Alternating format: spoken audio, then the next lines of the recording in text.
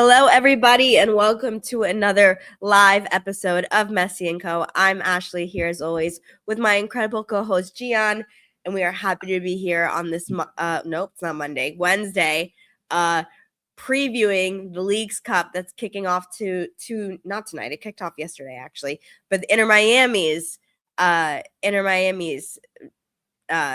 story of the Leagues Cup this year begins tonight. And so there's a lot to get into, but as always, first and foremost, how are we feeling, my friend? I'm feeling good. Another tournament about to start. Yeah. I'm excited about that. Last tournament, unfortunately, we didn't do so well, but this is a time for us to return to our silverware winning ways. So I'm excited about that, and we've got one of the best back in our lineup, and I'm excited about that as well. So there's a lot to talk about. A lot of it's not a straightforward tournament for us coming up. There's quite a few things to talk about. So I'm excited, but I'm doing good. I'm doing good on a nice, beautiful Wednesday. It's you got tripped up there with the Monday, and I almost did too right now. Like, so used to going on Monday, and and that's my fault this week for it, because I maybe people can hear it, maybe not. I'm a little under the weather. I've been dealing with a little bit of an illness, so if I say crazier things than normal this episode, everyone bear with me. But yeah, excited to get the show, and I knew we had the episode Wednesday, or this could be a long hour. I knew we had the game tonight, so I was like, this will be fun to intro into the game, right? Game's not until 7:30, so we can do a little bit of everything, which we will do. Hope we have a couple people back in the chat. Hey Ash, how's it going? Hoping we play more direct tonight. Yeah, that is something I agree with too. This is another good comment about Savetti needs to show up. I think that's a perfect way to segue into what we're going to start with, which is going to be recapping the last match, right? Messi returns. There were some goods and bads. It's funny because after however many wins, getting a draw feels like a loss, but it was great to see Messi return to action. As soon as we saw that he was going to be on the bench, we knew he was going to play, and we knew it was going to be early in the second half. But before that, we saw a lot of changes in the lineup, right? So for this game against Columbus, we saw again another start by Casemiro, who we'll talk about. Pinter starting, who deserves a hell of a lot of credit for his performance. Rios Novos back, which makes me think that Dane St. Clair may have lost his first place job. I'm not 100% sure. That's still to be determined. And then I want to talk about another, really, before we get to Messi, someone who I think deserves a lot of credit, and that is Caicedo. So as the Ecuadorian, why don't you set the floor and tell us a little bit about him? Because I'll be honest and say that I didn't know too much about him. I knew he was, obviously young. I knew it was his debut.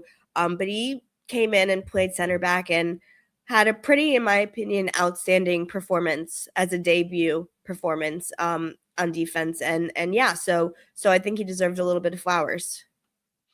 Yeah, so that back line looked a little different going into that game, and so did the team really in general, with no Messi there, with obviously no Tadeo Allende out for the season. No Berterame yet.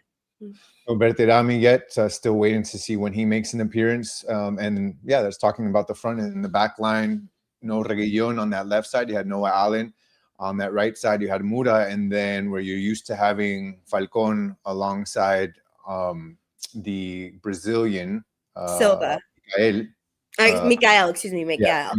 You actually had Frey even, yeah. Correct. Yeah, you actually had Frixio Caicedo, Ecuadorian kid, young, 18 years old, 6'4". I don't know if you can tell on TV, but big boy. He's quite the tall guy, and that's I think for a while now, that's a profile of a defender with that type of profile, something that Inter Miami needed. I know that we used to suffer very much from the set pieces, right? Yeah. Corner kicks and that sort of thing. And then when you had Maxi Falcón and Noah Allen there at center back, both of them about 5'2" each, it was really tough. Should we talk about the AKA days though? We want to talk about back three. Throw back to the OG days. But no, it's good to have a guy of his profile there. He's young, but he's got a lot of good experience. He played for Ecuador's under 15, under 17, and under 20 team, national team. He also got his first call-up May of 2025 by Sebastián Mecases, Ecuador's current coach, World Cup Oh coach. yeah. So he's got national team duty, meaning he plays well. He's been able to play with some of the best guys in Ecuador, and I thought he did a good job. I thought he did a great job. I think he was the second best ranked defender for that game, behind only Noah Allen, who had that Noah insane Allen. header, right? Yeah, Who scored a goal. on FOTMOB, Yeah, he was at a that'll do it. 7.5. Caicedo 6.7. Oh no, I mean, a sorry, great the third performance. best. Even Mura was ranked high, but he ranked a bit higher than Mikael. But he had some good plays. He found himself in the right positions. He put in a good effort, and I think that as time goes, he'll continue to get more confidence. But How old is he? I really liked his play. Huh? Can you remind me how old is he? He's 18. He's 18 years yeah. old. And I had never seen him previously play, and it was his debut, and I noticed him not as because obviously I saw the name Caicedo, and I was like, I wonder if he's Ecuadorian, and then I just was watching it, and I'm like, I thought he was so solid, so I wanted to give him a shout out. But and we're gonna talk a little bit about, like we said, some of the young players that are stepping up in general. But starting with Messi, comes off the bench into a second half where it was I think it was interesting because Inter Miami in the first half got a phenomenal goal from Luis Suarez. Luis Suarez right now is just, I mean, we're going to talk a little bit about, the negative of that, which is that he will not be playing tonight and the next few games. But I don't know who this man thinks he is to still be at this age, to shoot a goal from there and to make it so perfectly, to have the cojones to do that, to have the confidence. That's one of the best strikers of the generation. There's just no question about it. And we're seeing Luis Suarez playing at a pretty high level. And for Inter Miami as an MLS team, and for the rest of this MLS season with potential supporter shield, and of course just wanting to be back-to-back MLS Cup champions coming up, I'm happy he's on my team. Pretty good stuff. Yeah, I mean, our banner says El Regreso del 10, and even though we're talking about Suarez, it makes sense just because of the fact that this team, even before going into World Cup, was leaning heavily on Messi and both Suarez. Then Messi leaves, and over the last couple of games, Suarez has continued to be there and hold it down for the team as Messi comes back and gets his few minutes there. But now that Messi comes back, that was like an indestructible tandem. These guys were just wreaking havoc. Suarez having one of the best seasons he's had so far at Inter Miami. By the numbers, he's on pace to break his numbers previously. And Messi coming back from this World Cup, I feel like he's going to be, and it's crazy to say this because he played so well before going to the World Cup, but I mean, he may have just hit Super Saiyan level, and he's going to come back and connect with a on fire Suarez. I think it's going to be incredible to see him fully, fully integrated into the team. And Ashley talked about that goal. I mean, that goal by Luis Suarez, that just shows you his that's nasty not work. only his skill set, but his experience. The fact that he knows, just like Messi, who's always surveying, always looking around. Messi, you look at some of the replays and you always see him look left, look right. That's what Suarez does. He knew exactly the moment Yannick Bright, of course it had to be Yannick Bright, who's been amazing, that recovered the ball to lead to that play. Suarez already knew where the goalkeeper was, his positioning, that he was too far out, and right away he shot that, and it was just a beautiful and incredible goal. 100%, yeah. And then you in the first half, you see obviously Columbus then get a goal, and then Noah Allen going into the half with the freaking ripper of a header goes in to make it 2-1 going into half. Hell of a shot by him. I mean, that the body strength you have to be able to get that much power from that far. And there's even a shot of Messi on the bench when it was confirmed going, Noah. It's funny. He's like one short king to another. Like, that's the kind of goal you want to see. And so then that I don't remember too much from Noah Allen as far as headers. Like, that is incredible to see that, because I mean, you see headers and then you see headers, and That was that, like a like you said, ferocious, like from back, yeah, and like it that was, was yeah. that It's was like how really good. Berterame headers it And I just want to actually say, like, because you're talking about that first half, just wanted, and you yeah, mentioned it really, really briefly, but yeah. that own goal by Casemiro in that first half, I Yeah. think it's honestly just bad luck. I mean, there's not much you can do there. Yeah. I think he had the right play. He got a foot on the ball, trying to avoid the cross. If that cross gets past him, it's potentially a goal there. So he did everything he can. It's just the way it caught his foot, the angle, Yeah. and it was just unfortunate. But that doesn't take anything away from A brilliant performance again from him. He looks like he's been on this team for I can't remember an Inter Miami team that didn't have Casemiro on it, which is just so crazy. Like, it sounds like an exaggeration, but that's just how magnificent he's like slotted in and fit into this team. And I mean, we'll see what it's going to look like tonight. But Yeah. I I really think he's like still adjusting though. Like I do think since he's come in, and it's obviously a short span of games there, he's shown some brilliance, but I do think he's shown some struggle in trying to find his place, and I think that's normal. Like I'll tell you, like even looking at the FOTMob scores here, he had a really low 5.5 score for this game against Columbus, and obviously I think remember that's all algorithms. That own goal must have shot that down. I wonder what his score was for the first game in Montreal. In Montreal, I can look that up while you talk, and we can see what he did. Let me see. Yeah, but I mean, seeing him 7.0 Paul, much better. So. What was it? 7.0 against Montreal. Well, having him, DePaul, and Bright play together was great. I think it may happen again tonight because there is no Suarez and there's no Bert there. No in the set. We'll see we'll see. We'll talk about that in a little bit. What we think it's going to look like, and it may even be announced by them, but I'm not sure. But I can already see that he's slotting in really well with both Yannick Bright, who's playing like a freaking maniac right now, and it will be really hard to bench, and DePaul, who slotted right back in and played the full 90, which was good to see. But so then we get into second half, and after about 10 minutes, Messi comes on the field, and within, I don't know if you know, his first touch of the game, he went and shot it.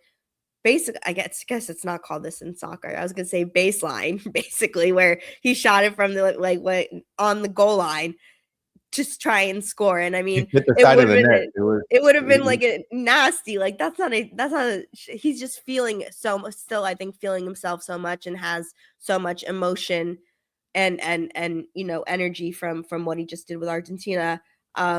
He played great. And so in the end, we were hunting for that third goal, didn't get it, ended up being a draw. They got a late goal in extra time, but overall it was disappointing again. But I just thought, like, Messi is back, DePaul is back, but Messi is back.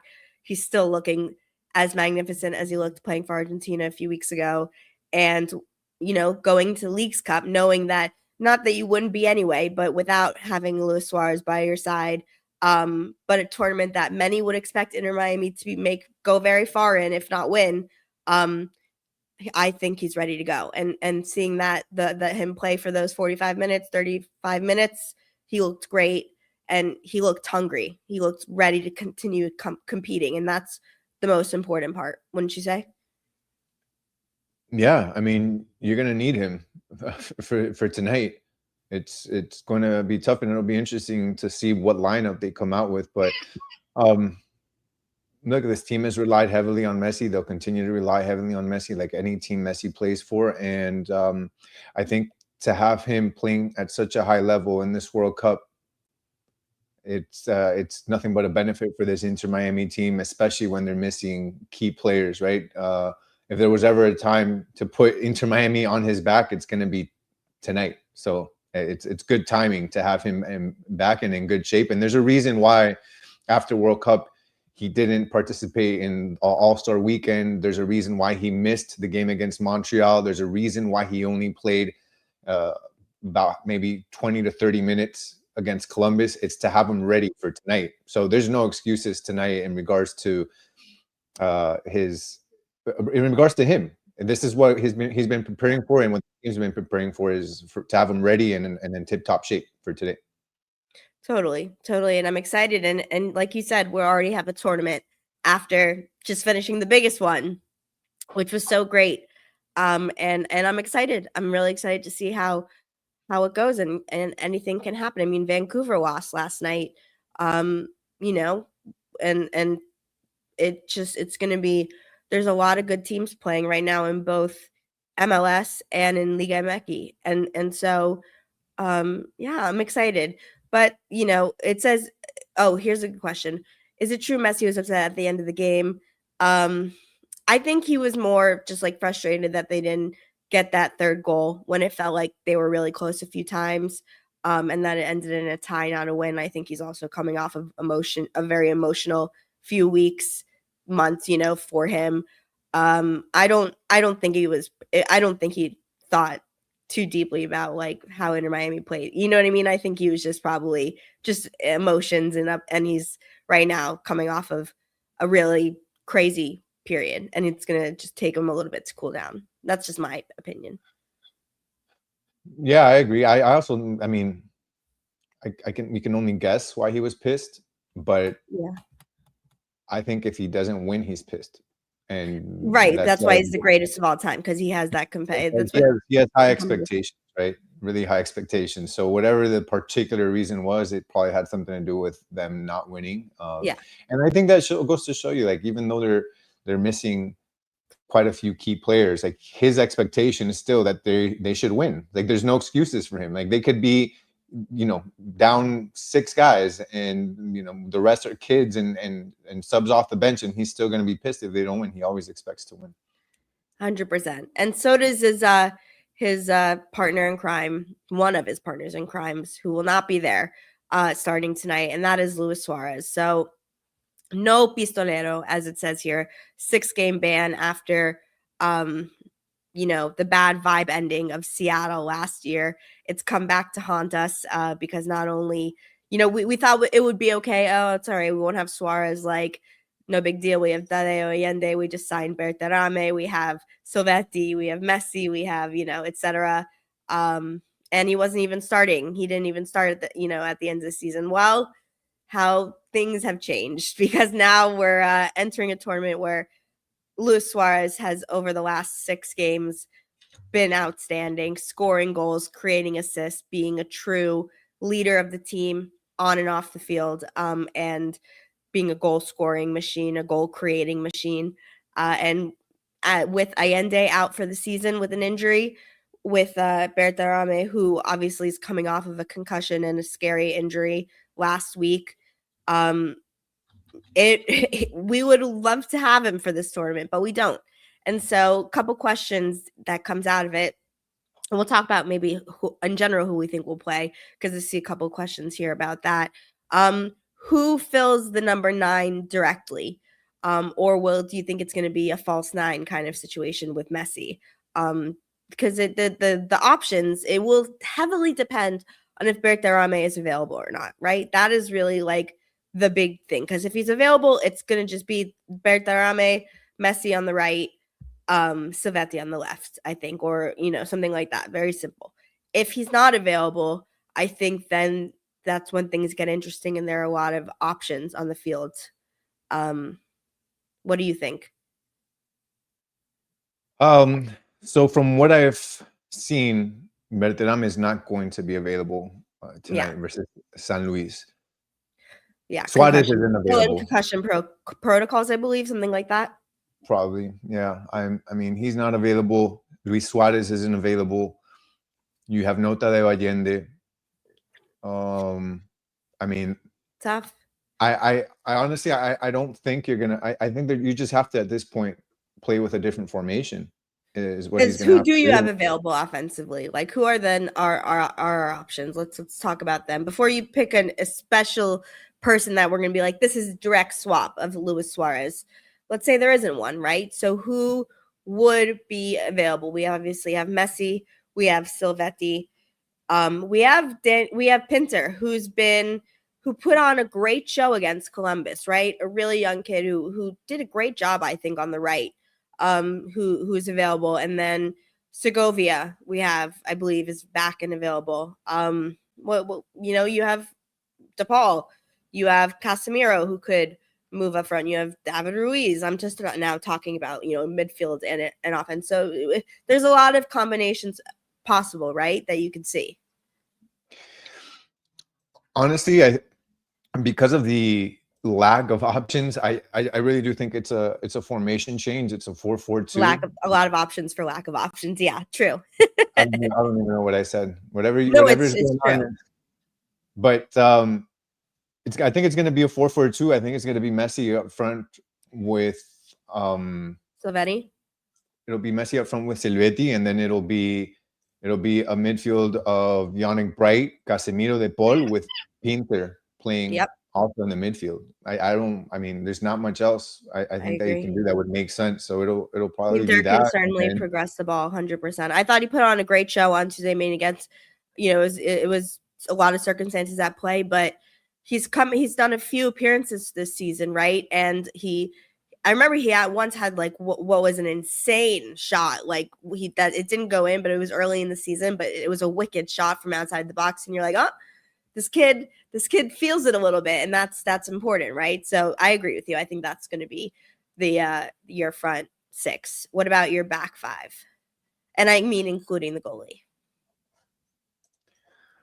It's certainly going to be interesting what happens at goalkeeper. Like I feel like I can already tell what's going to happen. Leslie wants to know. But is St. Clair going to play at goalkeeper? Is it going to be Rocco? I think it's going to say a lot tonight about what he thinks going forward. Like this, Inter Miami wants to win this tournament. They really do, and we'll talk about that in one of the segments coming up about how important this tournament is and whether we should expect them to win it or not. But I honestly think it's going to be Rocco. I think it'll be Rocco. I think he's going to keep rolling with what he's felt comfortable with. I can't see St. Clair coming in without getting minutes fresh off into the first Leagues Cup game. And you're talking about 3 games. You have to get points. Like it's not, it's basically you need to get results right off of the bat. So I think it's going to be Rocco in the back. And then I think it's going to be the same exact back four that we saw against Columbus. I think it's Noah Allen on the left. I think it's Mura on the right. And Mikael with Caicedo. Probably be the exact same lineup we saw. And I think that should be that I think it looked good against Columbus. I still look at that Columbus game and think, there was bad luck on Casemiro, and then that free kick. How often are you going to see a free kick like that? That just, I mean, it's like, it's weird to say, but in football there's luck, and I just felt like luck was not on Inter Miami's side. Yeah, it was a weird game after the weather delay. It was a weird. But like, game, I wasn't concerned about the defense. Is what I guess what I'm trying to get at. Like, I saw Allen, Mikael, Caicedo, and Mura, and I wasn't like, oh man, we can't repeat. But Ian Frey is available again. He was suspended, which is why he didn't play the last match. But he will be available. Yeah, it just came in about that. So does Ian Frey replace Caicedo, or does Caicedo stay and does Ian Frey replace Mura? I think it's going to. I think it can be either of what you just said, but it to me it's Pep saying it right. To me it says if it's Mura, I would like to see Caicedo in the middle. I think he did good. I think you need a tall defender. I think him and Mikael worked well together for their first time, for sure. But you agree he's always been better than Mura on that right hand side. In I think Ian Frey. Ian Frey, yeah, 100%, on that right side. 100%. So I think Mura hasn't played bad, but like in the last few games, rather, like he hasn't played as bad as I think he's played better than he did earlier in the season. But I still think Ian Frey is a better choice. Yeah. So I'm going Caicedo still sticks around, and it's Mura that hits the bench for Ian Frey. Apparently, lineup is out. Let's see. Hold on one second. We'll both know in a second.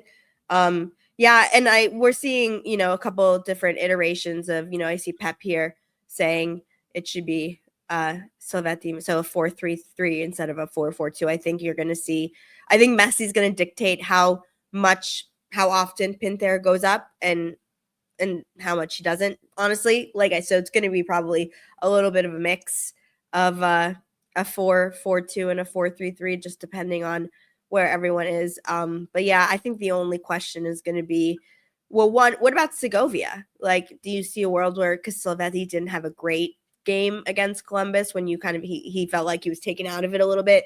Could you maybe see Segovia play? Oh, right on the bench. Where's the okay? We need to see the lineup. Where's the lineup out? Because it's not on the Inter Miami Twitter. So I'll search while we do that. But while we wait and see what the lineup is, we've talked about it briefly. But there's gonna be there's been a lot of kids who have had to come and play, academy kids, young kids, from someone like Caicedo that we talked about. We talked about being there, Planbeck, who got that insane goal a couple weeks ago or last week, maybe. What are your thoughts about, to the point where Inter Miami, it's not just top heavy, right? It's not just the big names who come in and make a difference. The academy, Noah's goal, right? Like, the academy shows itself. I think that this team does a good job of investing both in experience and investing in potential, and they've done a great job. And I think that when you want to be a club that's successful internationally and renowned nationally, internationally, and known everywhere, I think you need to focus on your academy, focus on bringing up the young guys. Just like you think about teams like Barcelona that are known for La Masia, right? And when you talk about Inter Miami, yeah, they have Caicedo, yes, they have De Paul and Messi and Suarez, but they also have kids that they've been giving a chance to and have grown within this team. We mentioned Caicedo, Pinter, Plembeck, Caicedo, 18 years old, Pinter, Plembeck, also guys from the academy. Talk about Noah Allen, Ian Frey. Like, this is a team that I think is going to be a team where not only do the vets want to come from Europe and play, but guys that want to be able to develop and have a future maybe in Europe and in other places will come over here because they know that they have a good system. And I think that that's great to see for Inter Miami, because they need that from both sides. You see what happened with Diego Gomez as well.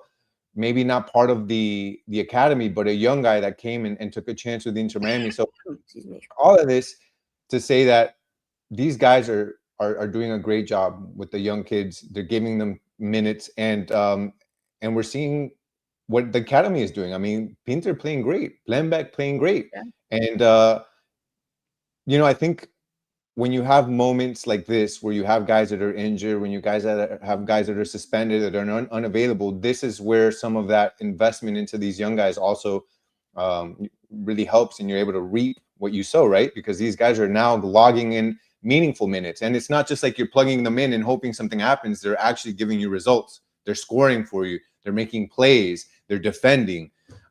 So I'm really happy what Inter Miami has been able to do with the young cast on this team. Yeah, 100%. Okay, I don't know if there's a lineup out or if we're getting mixed views or if it's somewhere else. Anyways, I'm on Inter Miami's page, and it just came out 14 seconds ago. So there we go. Okay, Rios Novo, that's going to be okay, on goalkeepers. You got Caicedo, Silva, Allen, and Frey. So it was Frey over Mura, like we were talking about. Nice. De Paul, Okay. Casemiro, Segovia, Bright. So instead of Pinter, you've got Segovia. You mentioned that. No, instead of Silvetti. Oh, Silvetti, sorry. Yeah. And then Messi and Pinter. So I think that's interesting. It's Pinter up front with Messi, and you don't have Silvetti up there. Well, that's what I was gonna say. I said it may because Segovia, because he didn't have a good performance on Saturday, Silvetti, and so maybe that it happens quick, and it kind of is. Maybe it was like he'll come in the second half, and maybe it'll be get something big out of him. I probably would have preferred Silvetti over Segovia, but we'll see. But yeah, and I think that's great that Caicedo earned a second start because he played great, and I liked him and Gael together. This to me may be a frustrating game for those of us who like to see attacking football. I can see this.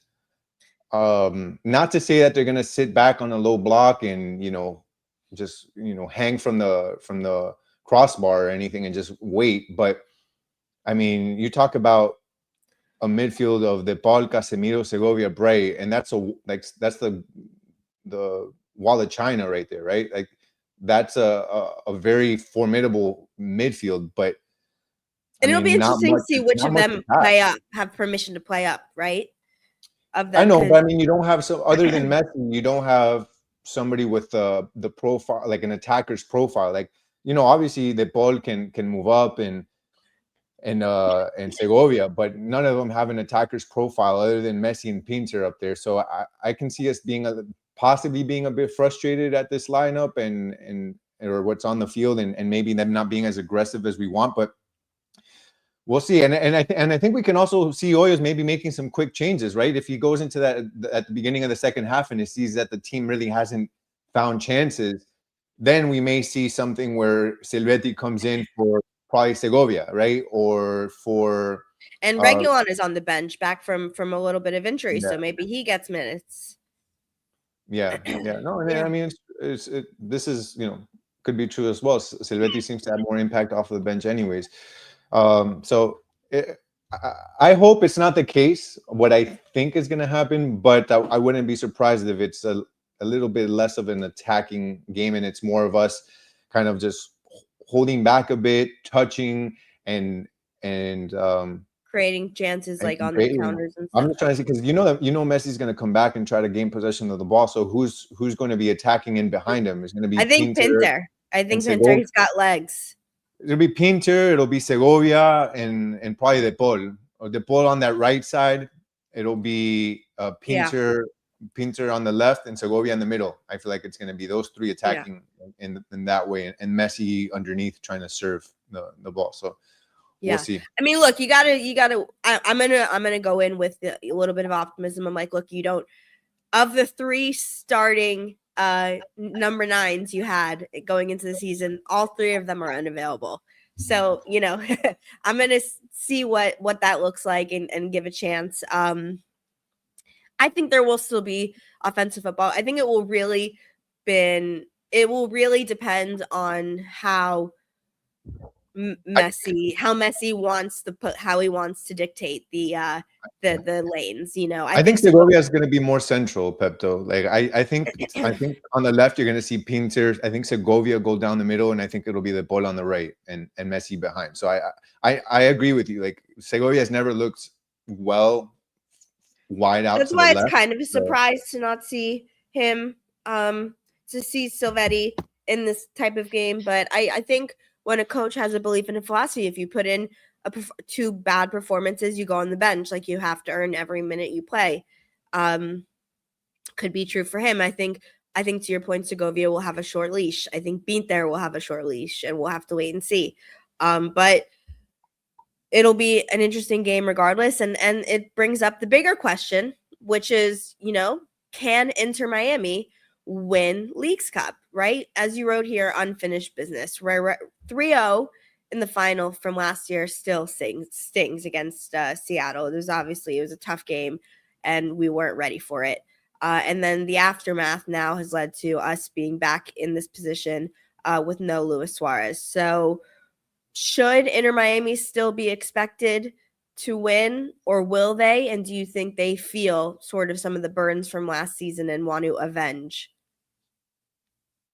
I think that this team is always expected to win any tournament that they go into. And I don't think the injuries and I don't think the suspensions, in this case, Luis Suarez, change any of those expectations. Now, what I do think is when we look back at whatever happens and how far they made it in this tournament, I think that at that point we can have the conversations as to whether the results and whether how far they went, how much some of these missing key players, again, like Suarez or like Tadeo Allende, really made a difference for them, right? Right. So I don't want to say from now that if they don't make it to the final or they don't make it to the semifinal that it's a failure. I'd rather talk about what we see on the pitch at the end of this tournament and then go based off of what the different circumstances were surrounding the team to make those types of opinions. But at this point, I'll say that no matter what, like, this team was built and this team is expected to win every single tournament that they go into, other than maybe the FIFA Club World Cup, I think that's a little different. But when you talk about a Champions Cup, when you talk about a Leagues Cup, those sorts of tournaments, I think that there is always going to be an expectation on any team that has Messi on it to win that tournament, especially when you have guys that like Casemiro and De Paul alongside of Messi on this team. You have a Silvetti that has shown that he is an incredible player. You have a Yannick Bright that is an MLS All-Star on the team. Like there's still enough good players on this team where you're like, yeah, this team should win this tournament. And I'll say this tournament, it is interesting. It's a little different than we've seen it in the past. I was reading through some of the changes and the different rules, and they're going to play 3 games each, right? Each MLS team will play 3 games each. And what's interesting is the points that are awarded will then go into separate tables. There's an MLS table and a Liga MX. Really? I didn't read this. So they'll all get their points. They get 3 points, obviously, for a win, 1 point for a draw, 2 points for a win in a shootout, or 1 point for a loss in a shootout. And then those will all accumulate on their own league-specific tables. Then at the end of the 3 games, they go into a knockout round where the top 4 teams from each league table will face each other in a knockout round. And, there are some games that will be played in Mexico. None of those are going to be played by Miami. Miami will not be playing in Mexico. The only teams that will play in Mexico are going to be the Seattle Sounders that play against Toluca, San Diego that plays against Club America, Vancouver Whitecaps that plays against Tigres, and FC Dallas that plays against Toluca as well. So Inter Miami doesn't have to worry about having to play in Mexico. So that's a good thing as well for them. That's true. Yeah, no, that's true. Yeah. But I think the expectation is there. All that's to say that it's high stakes. Yeah, I mean that's and when there's 3 games and you have to, but and that's, I mentioned the tables. That also shows it's not just about winning, but it's winning convincingly, because you're going to have as many points as you have. You're only going to go on to the next round if you're the top 4 in the MLS table. So you still have to score and hopefully win by a good margin. So that's also important. You can't have these lackluster games where you win 2-1, at the end of the day, because that may not be enough to make it through. I think there's 18 teams on each side. You got to be top 4 to make it to the knockout round. So you have to have really good games and score a lot. Agreed. It should be fun, though. Well, you're right. Every game matters. Every minute matters. And that's what's exciting. That's what we like to watch and like to see, right? So I'm very excited for it. Any predictions for tonight? Sorry. Because of the lineup that I see, and obviously us missing some key players, I'm going to go with a conservative win. I think this team can still win. I don't expect a 5-1. If we do, that's amazing. Can they do it always? Messi can do anything. He can score 4 goals for this team alone. But just I'm going to go a little bit conservative on this one, and I'm going to say that they're going to win this one 2-1. 2-1. Nice. Okay. I'm going to say I think we should, even though it's going to be a more defensive, it's not using as many attacking options as possible. I still think I wouldn't say defensive. I don't think they're going to play defensive. They may, but I don't think they'll play defensive. I just don't think we'll see maybe a full-out attack. They'll be more conservative, Yeah, so I understand that. I'm gonna get. I don't think they're gonna score, though. I really don't. So I'm gonna say 2-0 Inter Miami. Meaning I don't think San Luis is gonna score. Okay. So I'm gonna say Inter Miami. I think we got a goal from Messi, and then maybe a Casemiro header. I don't know. I'm just throwing that out there. We may see that. But at least a Messi goal. Pincio Caicedo header, possibly. Maybe it's a Paul header. I mean, who knows? There's lots of options. May see a great Pinter cross. I don't know. I think it'll be fun to watch, though, because we definitely don't know what's going to happen, right? There's a lot of players on the field that we're not used to seeing for Inter Miami, and that makes it exciting. This tournament's going to be exciting, where it's now going to be Inter Miami game is thick and fast between Leagues Cup, depending on how far we go, and then, of course, the next 4 months of the MLS season with 2 more trophies available. So it's exciting, and we're excited to be back. I'm super happy to be back. we have some certainties now in terms of the players that we'll have for the rest of the season. We know Hoyos is going to be the coach. And now it's about, watching Messi be great, which I like to do. Yeah, this is going to be a Messi game. It has to be.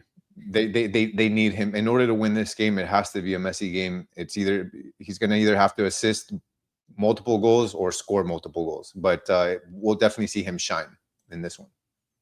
Totally. So yeah, I think we both agree Inter Miami is going to win. We both think they're going to win, and we both think it's going to be maybe a bit more of a conservative game, but they got to deal with what they have at the end of the day, missing some players, but the expectation on this team is always going to be to win, especially if the number 10 Messi is on this team. But the game is about to start. I'm about to go get my popcorn, go get some food, sit down on the couch and watch the game. But yeah, thank you guys for joining us for another episode of Inter Miami. We're excited that you guys can be here and share this time with us. Make sure you guys like and subscribe. If you hit the little thumbs up on the video, that means more people can see it and the algorithms catch us. I don't know why they like the thumbs up. They just do. So you guys got to do it for us. And we really appreciate you guys tuning in. So for this episode of Messi & Co., Ashley, Gian, Vamos Inter Miami. We'll see you guys on the next one.